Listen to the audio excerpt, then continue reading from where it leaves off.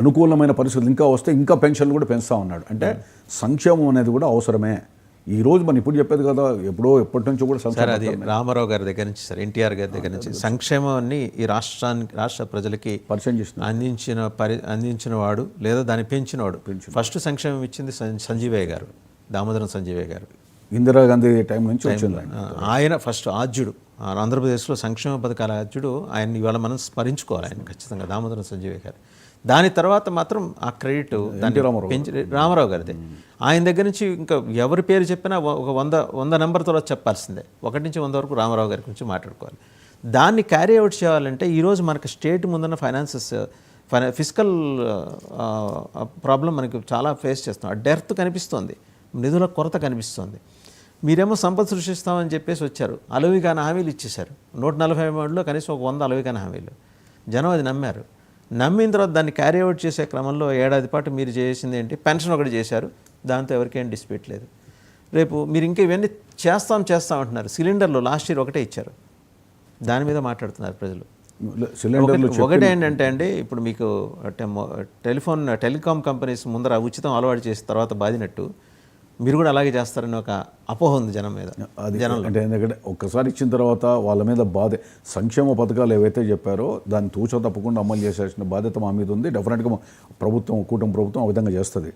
కానీ అది ప్రతిపక్ష పార్టీలు చెప్తూ ఉంటాయి. ఇప్పుడు వాళ్ళు లాస్ట్ టైం ల్యాండ్ టైటిలింగ్ది పెట్టారు, అది ప్రతిపక్షంలో మనం చెప్పాం, అది ఫ్యాక్ట్. కాబట్టి మీ పాస్బుక్ల మీద జగన్మోహన్ రెడ్డి గారి బొమ్మ ఎందుకు, అది ఇదని. సో అది మనం చెప్పాము అని అంటే అది ఎలక్షన్స్ అప్పుడు ప్రాక్టికల్గా అందరూ అనుమించింది. ఇప్పుడు ఇంకా ఏమి కాగానే ఊహించి రేపు మీరు వేస్తారని చెప్పడం అనేటువంటి కరెక్ట్ కాదు.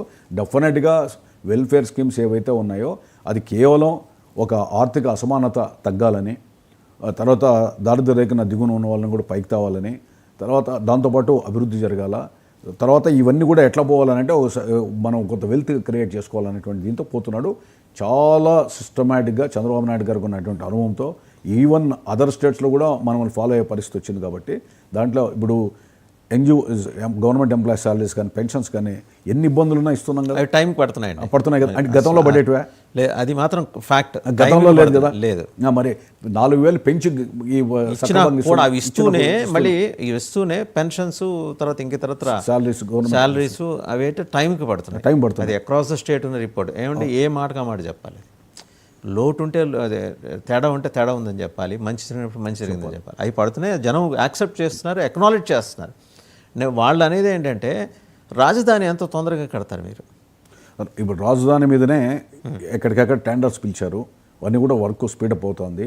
తర్వాత పోలవరం డెడ్ లైన్ పెట్టుకున్నారు, దీంట్లో 2027 కంతా మనం చేస్తామని. అంటే ఈ 2 ఏళ్లలో పూర్తి చేయాలి. ఇవన్నీ కూడా ఏవైతే ఉన్నాయో మనందరికంటే కూడా ముఖ్యమంత్రి గారికి నాకున్నటువంటి 5 ఏళ్ల పరిధిలో నేను ఇవన్నీ పూర్తి చేయాలా, భవిష్యత్తులో వేరే వాళ్ళకి అవకాశం ఇవ్వకూడదు కంప్లీట్ చేసేది కూడా అని అమరావతి పోలవరం మీద వెరీ పర్టికులర్ అబౌట్ ఇట్. ఆయన దాంట్లో మాత్రం పగలు రాత్రి పరిశ్రమిస్తూ ఉన్నాడు. మీరు చూస్తూనే ఉంటారు. You are satisfied with 1 year ఇదేంటి టర్మ్? డెఫినెట్లీ. ఎందుకంటే మెరుగైంది ఏం చేయగలరో చెప్పానండి. మీరు సాటిస్ఫై అయ్యారు, మరి మీ నాయకులు ఎందుకు సాటిస్ఫై కావట్లేదు? జ్యోతుల్ నెహ్రూ గారు మొన్న ఏం మాట్లాడారు, ఆయన ఏంటంటే 83లో ఎన్టీఆర్ గారు అధికారంలోకి వచ్చినప్పుడు కమ్యూనిస్టులు బాగా అసలు ఆయనతోటి మరీ గారాభం ఎక్కువ చేయటం వల్ల మొత్తానికి ఏదో మాలిమి చేసి ఆయనకు వాళ్ళకి కొన్ని సీట్లు ఇచ్చారు. తర్వాత కమ్యూనిస్టులను లిమిట్ చేశారు ఆయన. అంటే దగ్గరికి చేర్చినట్టే చేర్చి కమ్యూనిస్టులని మనం ఎట్లా తినేసామో ఆ రోజు, ఈరోజు జనసేన మనల్ని అలా తినేస్తోంది అనే మాట అన్నారు జ్యోతుల్ నెహ్రూ. అది పార్టీ అభిప్రాయం కాదు, వ్యక్తిగతంగా స్థానికంగా ఉన్న సమస్యను బట్టి ఆయన మాట్లాడేమో. కానీ ఆయన పార్టీ గురించి మాట్లాడారు, జ్యోతుల్ నెహ్రూ తొక్కేస్తున్నారు అనలేదు.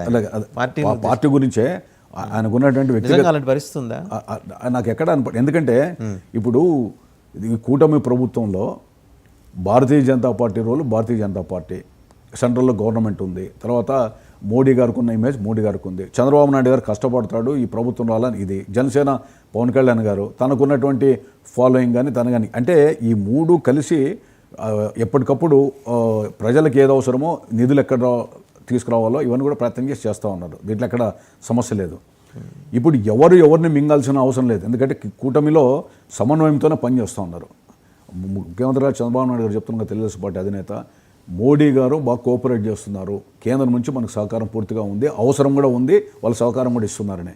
అదేవిధంగా పవన్ కళ్యాణ్ గారిని కూడా పదే అన్ని విషయాల్లో కూడా ఆయన సహకారం ఈయనకి పవన్ కళ్యాణ్ కూడా పదే మాట్లాడుతున్నారు. అంటే ఇక్కడెక్కడ సమన్వయ లోపం లేదు, సంఘీభావంలో లోపం లేదు, సమైక్యంలో లోపం లేదు, కానీ ఎక్కడో ఉన్నటువంటి ఒకటో రెండు ఇష్యూస్ తీసుకొని ఆయన వ్యక్తిగతంగా మాట్లాడేస్తారు. అంటే ఎవరో చిన్న లీడర్ మాట్లాడితే ఆయన పార్టీ పుట్టినప్పటి నుంచి ఉన్న ఆయన నెహ్రూ గారు ఒక కుటుంబంలోనే వాసుదేవన్ గారు ఈ కూటమిలో 3 పార్టీల కలయిక తర్వాత అందరూ అల్టిమేట్గా ఏం కావాలంటే లేదు రాష్ట్ర అభివృద్ధి కావాలనుకున్నప్పుడు కూడా విరుద్ధ అభిప్రాయాలు బాధాలు పాలసీస్ ఉన్నప్పటికీ కూడా దీంట్లో కలిసిపోతున్నప్పుడు ఏవో చిన్న అభిప్రాయ భేదాలు వస్తాయి.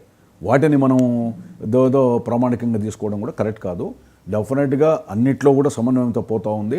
ఎవరెవరిని మింగడానికి లేదా మింగాల్సిన అవసరమూ లేదు. ఎవరు కూడా పరస్పరం గౌరవించుకొని పరస్పరం సహకరించుకొని ముందుకు పోయేటువంటి పరిస్థితి చూస్తున్నాను మీరే. ఓకే, అరౌండ్ 40 to 45 MLAs మీ కూటమి సర్కార్లో అన్ని పార్టీల